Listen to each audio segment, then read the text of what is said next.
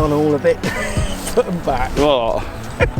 Morning, y'all. The sun is out. It's a busy morning today. A busy day. I'm going to be at Dawlish Winder all day today, doing a lot of filming. Like I keep saying, the trips are great, but I do get behind with my other work. Bit of catch up today. So yesterday's question about the Golf 6s is very split down the middle. Morning, Orla. That's not Orla's, whatever we call that. That's Mummy's, isn't it? Mummy fell off a stall about 12 days ago and hurt her wrist and went to the hospital yesterday to find out if it was fractured or not, because it's been hurting her. But it's not fractured, is it? No, and she had a massive yellow and blue big massive bruise on her leg. Yeah, because she hit her leg as well, didn't she? Not sure you need your cap on for breakfast. So Golf 6s yesterday, very split down the middle, as I say. Lovers and haters, which you're always going to get on anything new like that. I personally kind of don't need Golf 6s, my experience, but what do I know, eh? People spend more time blocking me than listening. Whenever I do videos which are shorter, people complain they want longer ones. I find that people don't want less golf entertainment, they want more. I've never been to a major and had someone go, I want this to end now, it's really boring. So I like what they're trying to do. I like the fact they're trying to mix it up. I love new ideas. I think that's great. I personally don't see it as the route or as its current stage, but I do like the whole idea of more fun and those kind of things. So today's question has to be around Rory McIlroy signing with the family. So TaylorMade, definitely signing up all the big names, aren't they? So my question is, how big an effect does that have on you? Me personally, it doesn't kind of mean anything to me. We know he's got paid a lot of money. Someone who complains about the ball for so long and seems to have changed it more than any player I know. So post comments down below, tell me what it means to you. Is it something that would influence your buying purchase or not? Is the money talked about obscene or not? I'd love to hear, post those comments down below. If you're watching these videos and enjoying the daily vlogs and you've not hit that subscribe button yet, go down there and hit that subscribe button. You'll get notified every day I post one, along with all my other videos. What button should they hit, Orla? And hit that thumbs up button while you're down there. Let's see if we can get the 2,000 thumbs up on this one. Go on, go crazy with it. Obviously you can only hit it once, but if you're someone who doesn't normally hit it, give it a little hit.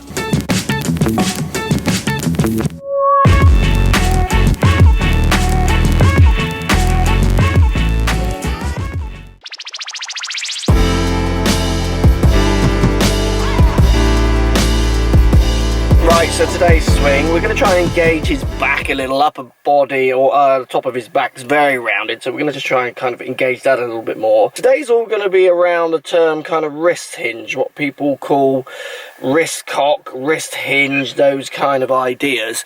Because what we see from this player, so as we pull him back, we see very early setting, radial deviation of the wrist, which then gets him unstuck for the rest of his action and certainly could change his path a lot, which is what I see with a lot of golfers. So we're going to talk a little bit about people's understandings or misunderstandings of wrist hinge, as well as some engaging posture. Gone all a bit. Put them back. What? Put them back. No. Like my Show me the Dallas shoulder pads, come on. Don't have any, it's my body warmer that's making them pop up.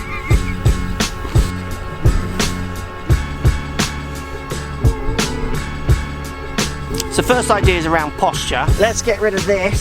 So what I want you to do is just literally feel like you're pulling your two shoulder blades back and together, almost if there was a finger there, just kind of pinching them. So just really pulling your shoulders out. That's not going to do anything really for what your wrists hinge and ideas we're going to talk about, but it will just make me feel like I'm not getting a backache when I'm looking at your swing. Just engage your back a bit.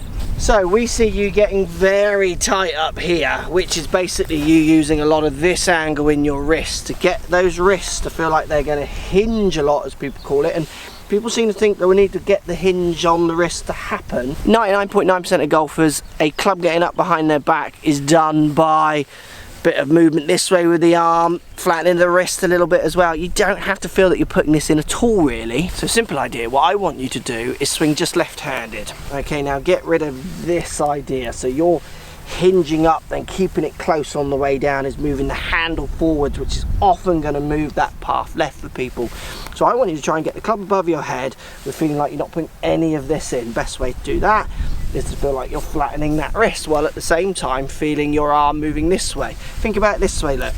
If I move my arm this way, flatten my wrist, turn my shoulders, that club is above my head and people think I've put loads of radial, so radial being this way, put next to none.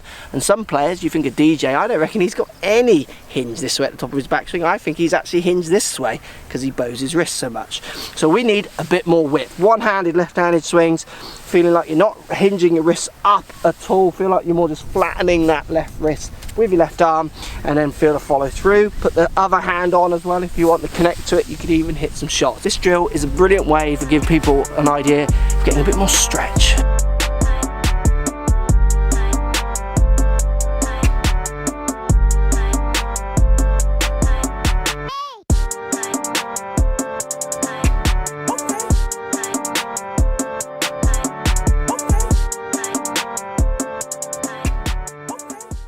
Let's answer your questions. Hey Mark, do you think that people should train themselves to master one shot shape, or should they practice both shot shapes but maybe not be great at either of them? Cheers, bro. Good question. So I like players to have a repeatable shape, and some players are very one-sided and you try and move them and it all goes to pop. But what I'll often do in a lesson is I'll always try and move them just to show them that they should stay with the shape that they're thinking they should move away from. Because often I can get a golfer in a lesson hitting any shape, so draws, fades or hooks, whatever, but they can't see or they don't know they're going to be good or bad with said shape until they've tried the other one, because people always think grass is always greener. You take great examples of Montgomery, didn't try and change and had a pretty successful career. That's an understatement. So it's very horses for courses, but I always in lessons like to challenge people to try and hit the other shapes. Let's say they're fading and they want to hit a few draws, because I don't know if they're going to be able to hit draws and hit target. They ask me, should I hit a draw? And I think, well, I don't know.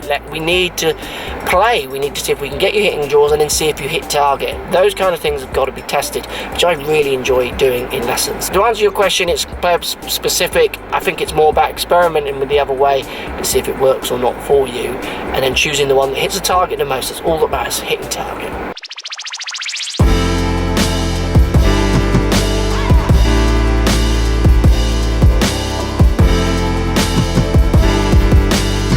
So second idea for the people who are hinging their wrist lows like the guy in this lesson, and it's quite a good kind of visual feeling that people can use to try and change angles of attacks, orders of hands and club head delivery to the ball. So my good friend Andrew Rice uses this one with a golf ball sleeve. I've just got my Epic driver head cover in front of me. I've got it, say, a foot in front of me.